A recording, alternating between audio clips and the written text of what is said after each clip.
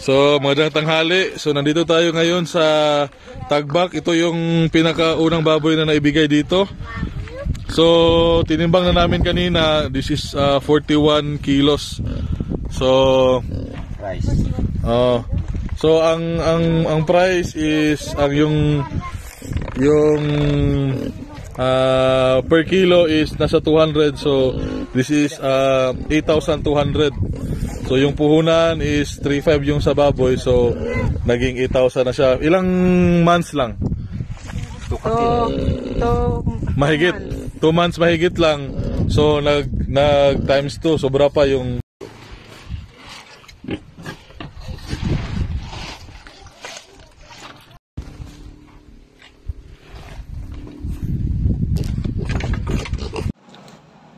Magandang araw mga kaibigan. Ayun po, good news. Ang ating mga tinutulungang Talandig tribal people sa Talakag, Bukidnon,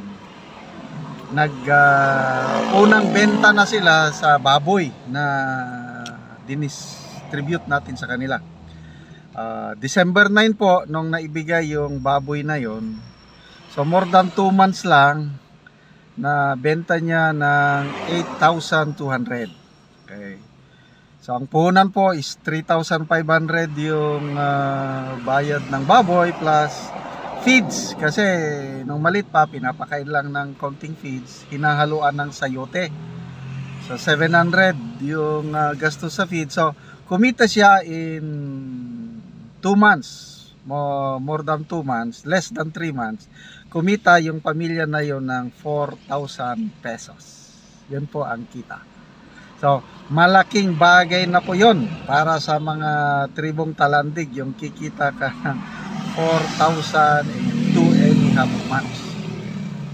So, ang gagawin ng yung unang pamilyang nagbenta, bibili ulit siya ng baboy. Actually, yung pamilya na yon, meron na siyang pangalawang baboy, yung lalaki. Kasi ang programa doon is magkaroon sila ng sariling boar, yung breeder, at magkaroon ng sariling babaeng inahan. So, itong si Lalang o si Roslyn, siya yung unang nagbenta. Ang gusto niya, meron siyang breeder boar. Tapos, bibili ulit siya ng piglet, babae, at gagawin niyang inahan para pagdating ng panahon, ang kanilang baboy na palalakihin for fattening galing na sa mismong tribo. Okay? So, lahat po sila, 22 families, nabigyan na natin ng baboy, kanya-kanya ng alaga. Ang pagkain po, karamihan sayote. Kasi natulungan natin sila, nagkaroon sila ng, every family may sayote farm. So, yung good quality nga sayote, ibebenta. Either sa Cagayan de Oro, sa bagsakan ng gulay, or doon along the highway, may sarili silang tinda ng sayote. 5 pesos per kilo ang sayote. That's farm gate price. Araw-araw po, nagbibenta sila ng sayote. So, yun na po yung kanilang pambili ng bigas. So, itong pag-aalaga ng baboy, added income na ito kasi sayang yung mga reject nga sayote. May mga malilit na sayote, hindi pwedeng mabenta. Ngayon, malakas ang hangin sa lugar dahil mataas na lugar ito. Paanan sila ng Mount Kitanglad sa Bukidnon, 1,400 meters above sea level. Malakas ang hangin. Maraming nahuhulog na sayote. Yan ang pinapakain sa baboy. So, ngayon, wala na pong masayang na sayote nila. So, maraming salamat sa mga tumutulong. Una, si Madam Teresa Tanyag, ma'am. Ito na po. Benta na. Yung kaibigan ko sa London, ayaw niyang sabing pangalan. Ma'am, ito na po.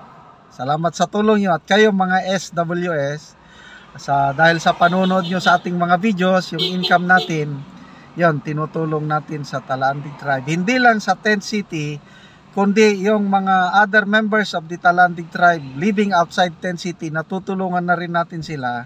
Nagkakaroon na po ng sariling sayutihan.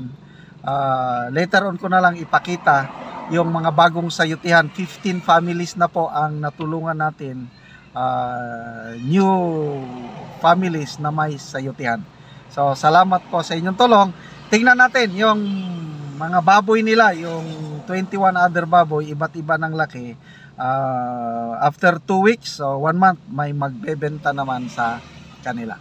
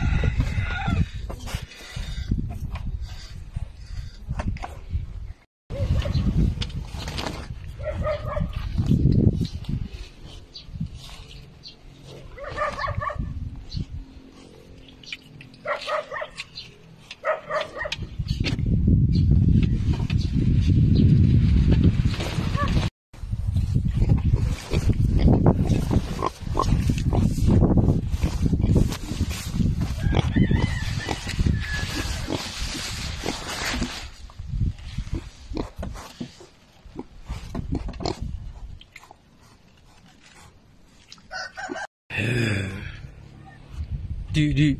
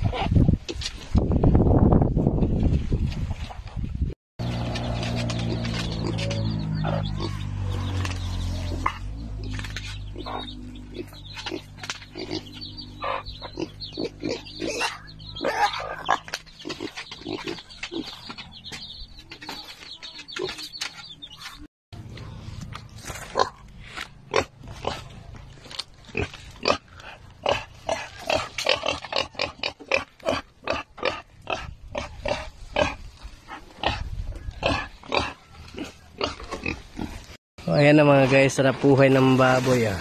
Sendo yan ah. Sarap buhay ah. Sana all may duyan.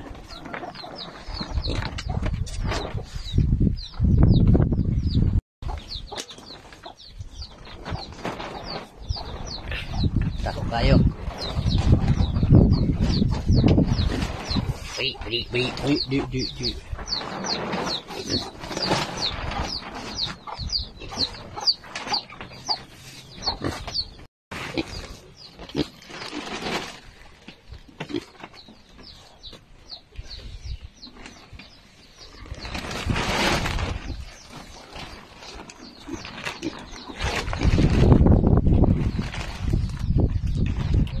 Ini siya diri dua ni sila guys.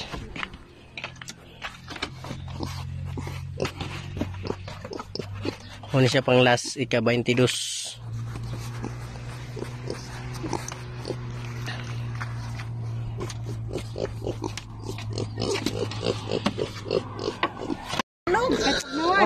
Hello guys, tignan niyo. So, yung mga baboy dito medyo sosyal kasi may duyan sila. So yung duyan nila. So mahilig pala ito sila magduyan.